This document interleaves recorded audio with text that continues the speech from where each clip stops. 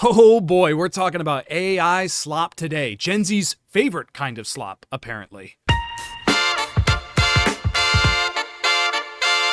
Hello everybody, welcome to Critical Chat, where I chat critically about video games. There are some interesting things going on in video games right now regarding AI. Now, just full disclosure, before I even begin this conversation, I am pretty against the use of generative AI, especially, but AI in general, I'm just like, I'm very skeptical and I'm not a fan of. I'm not really interested in any way that these companies have pushed it. There's been no product or outcome that has been visually interesting or even conceptually interesting. I'm waiting to be proven wrong in some way, but if we're straight up talking about generative AI, I'm just not a fan. I actually think it's wrong. It's just not human. It's the antithesis of who we should be as people. But, you know, I'm not going to preach about that here. I do want to talk about what's going on in AI in sort of game development and how it's affecting games and what it means for the future. So just recently, Activision Blizzard has been lambasted over their use of AI in the newest Call of Duty game, Black Ops 7. There's like these really ugly looking anime calling cards that they could have easily hired an artist to do, but for some reason they decided to use AI. And there's also probably AI usage scattered throughout the entire development of this game that we don't even fully understand yet. It has dramatically affected this game, though. It's sitting at a mostly negative on Steam right now, and even official outlets are pointing out the use of AI slop. And I don't want to say it's a fall from grace. I don't think Call of Duty has ever been in a graceful spot, but it definitely feels a little weird for Black Ops 7 to not be popping off right now. Although that might also have something to do with Arc Raiders and Battlefield 6 being big, massive successes. We will be talking about Arc Raiders here in just a little bit. This sloppy, despicable use of AI has gotten the attention of a lot of media outlets, a lot of people, including US Congressman Ro Khanna. He tweeted out, "We need regulations that prevent companies from using AI to eliminate jobs to extract greater profits. Artists at these companies need to have a say in how AI is deployed. They should share in the profits, and there should be a tax on mass displacement." Again, we're talking about Activision Blizzard here, so of course they're going to respond to all of this negative feedback. It's Call of Duty. They gotta stand by their boy. They went on to say, like so many around the world, we use a variety of digital tools, including AI tools, to empower and support our teams to create the best gaming experiences possible for our players. Our creative process continues to be led by the talented individuals in our studios. So we're kind of shifting the blame a little bit to just like everyone. You know, Rob down the streets using AI, so, you know, we gotta use AI too, right? It's just a bit confusing when this is coming from a studio that is one of the biggest in the world, right? Microsoft in general, but then also Activision in general, and then also the developers that worked on this game in general. Like, we're talking teams of hundreds and sometimes thousands of people work on Call of Duty. And it's a little bizarre, right? To like, we need AI help. Right? I know Call of Duty comes out every single year, right? It's been coming out every single year. We've been kind of fine without AI. I haven't heard any stories of crunch going on with Call of Duty, but I'm sure that exists, right? I'm sure that that's definitely happening. However, I don't think that little AI anime dudes are going to help with that, right? You can commission an artist to do this stuff happily. I don't know. Like, I don't see how this specific use of AI helps in the grand scheme of things and empowers creatives. Like, what are we talking about here? It honestly feels like Activision is just trying to normalize it, right? They want to use AI for these anime things. Like, yeah, they can hire an artist to do this stuff for sure. They have artists on hand that could easily draw this kind of stuff, right?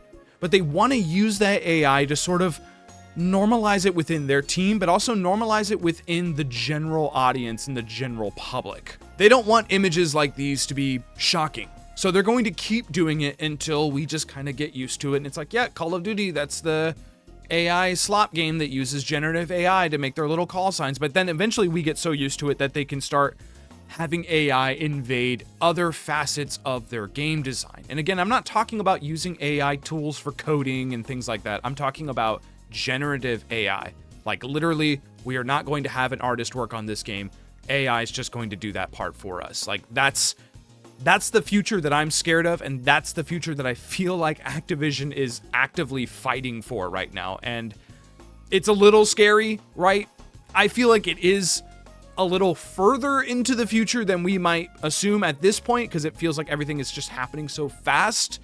But, you know, I hope that just more regulation comes. I hope, again, we have Congress people speaking out about this. That's important. Now, I mentioned Rob down the street using AI. Well, there are other studios out there using AI for their games. Of course, I'm talking about Arc Raiders. It's a little messy, and it has garnered them a lot of negativity, to say the least. Eurogamer going as far as giving this game a poor review because of that AI usage. Taking a stand. Now, this game has not been lambasted the way Call of Duty has, right? This game is generally well received. This game has sold extremely well and is also reviewed pretty well, right? It's nominated for a couple of game awards.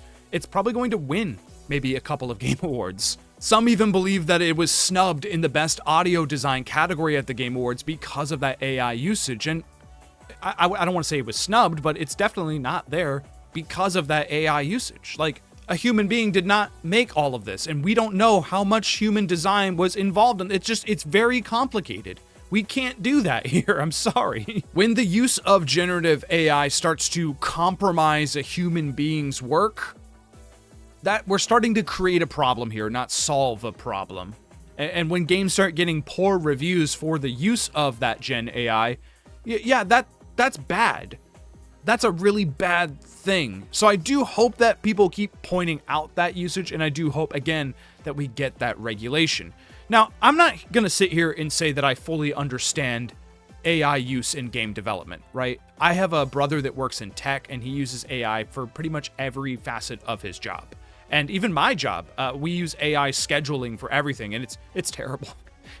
It's so bad. It's scheduling people just like random weird shit. It's awful, truly. However, maybe there are uses for AI in the office of a game studio, right? Not necessarily generative AI in the game, but to help make the office work more efficiently. In a recent episode of the Game Business Show, the Arrowhead CEO, this is the studio behind Helldivers 2, Shams Georgiani, said in this interview that he would oppose this dichotomy that some say developers don't want to use AI.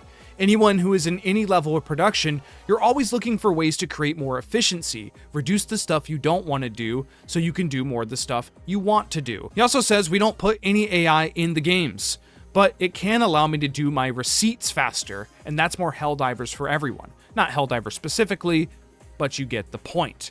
Basically, AI can help at other things besides game development to help make that studio just run more efficiently. And nobody understands that efficiency more than Square Enix. They just recently fired over 100 people, over 100 QA testers for AI replacement. It's part of a big initiative that they have where 70% of their QA testing will be done by AI. Now, apparently in QA, AI has a big role, right? AI kind of oversees a lot of the bugs that are in the game. A lot of the bugs that are in the game are reported to this AI, and then the AI basically summarizes it for the lead staff members. But some might argue that humans are able to catch bugs a little easier than AI, or is able to understand them and communicate them better. But I really don't know, right? I don't understand this field of work all that well, but it is AI taking human jobs, right? Like, that much I do understand. Yes, I know even if AI can do a faster and quicker job, it's, you know, it's automation. We're doing that again, right? The factory thing. And that's scary, right? Like, literally people are losing their jobs and AI is legit replacing them. And I don't know, man. Like, yeah, this can presumably make things work more efficiently. I don't know if it's necessarily better, but it's cheaper and, again, more efficient, and that's all that matters for Square Enix. And not just Square Enix, of course, Microsoft as well. Microsoft has kind of spearheaded the whole AI in the workplace of game development for years now. Back in 2022, Matt Booty said in an interview, of course, our favorite guy, Matt Booty, said that he would like an army of AI bots, an army of AI QA testers. He went on to say in this PAX interview that he would love to be able to start up 10,000 instances of a game in the cloud and then have 10,000 QA AI bots play that game overnight and then basically just spew out information in the morning. And that would be transformative for all of game design. And I'm not gonna lie, that's a bonkers thing to say, right? That just actually sounds ridiculous. However, yeah, that would be kind of crazy, being able to just fully QA test your game overnight, to have like 10,000 instances of your game played overnight. Yeah, that's insane, and I don't know if we're anywhere close to that kind of tech, right? I don't know if that's how any of this really works, but yeah, that's really cool and also very scary. Lastly, I'll talk a little bit about that Jacob Navick tweet. Jacob Navick, former business CEO of Square Enix, tweeted a bunch of dumb stuff, but in the grand scheme of things, basically saying that Gen Z doesn't really care about AI. Gen Z loves AI slop. He also says the upcoming generation of gamers are Bane in The Dark Knight Rises, saying, "You merely adopted the slop. I was born in it." And again, we're just saying stuff now, right? We're just saying, this is a business person just saying stuff. How dare this guy use the best line in The Dark Knight Rises, for starters? And then also just to fully, I mean, this person, to paraphrase here, is basically saying that Gen Z is too naive to understand the bigger ramifications of how AI is affecting the workforce and us as a species and how we create art. Right? He's saying Gen Z is too stupid to understand this. And to me, that's kind of what Activision is saying too with these stupid calling cards. Right? It's like, they're just calling cards. No one really cares. They're just going to keep extending it further and further and further, right? You give an inch, they're going to keep taking more and more. And it's going to get worse and worse the more we ignore it and the more we celebrate it. Even, right? Arc Creators is nominated for a game award. That's a real thing. Activision and Blizzard, like, yeah, they're kind of facing some negativity around Call of Duty.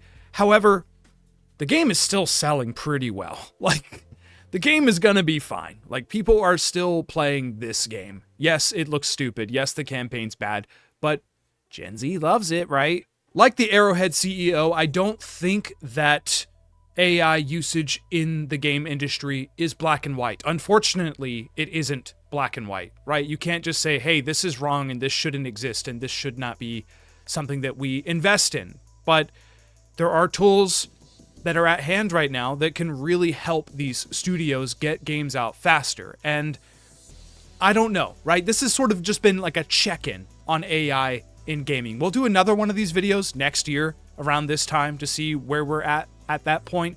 A lot has happened this year. Earlier this year, I remember talking about the Xbox Muse thing, right?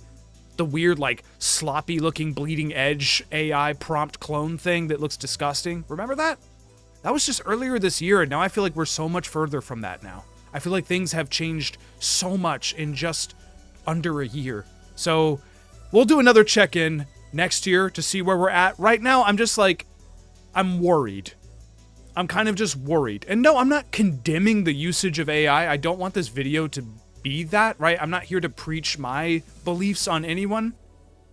But just be careful, right? Definitely examine what's happening in this industry and how it is affecting the working class. Because without that class, these games don't exist at all, right?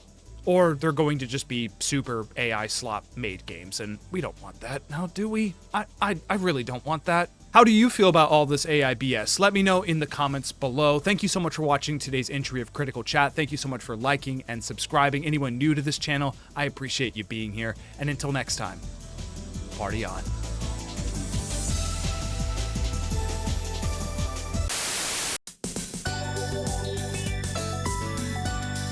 So, talking about AI can honestly be a little stressful, right? It's a really complex issue that goes outside of gaming, right? We're talking about the entire workforce, and it's a lot. This video was a lot, and I want to just alleviate some stress by examining Eminem in Hitman World of Assassination, the bald battles the Blonde as Agent 47 teams up with Eminem against his dangerous counterpart, Slim Shady. Yeah, this is kind of ridiculous. Kind of ridiculous. What is this, dude? Oh my god. What's happened to this game? So, Slim Shady, if I recall correctly, I'm not like a big Eminem fan, right? Slim Shady is like Eminem, right? This guy right here. So it's like his alter ego, but it also looks like his younger self. So Agent 47 and Eminem are fighting Eminem's younger alter ego, Slim. Look at this, dude. This is insane. I can't believe this exists.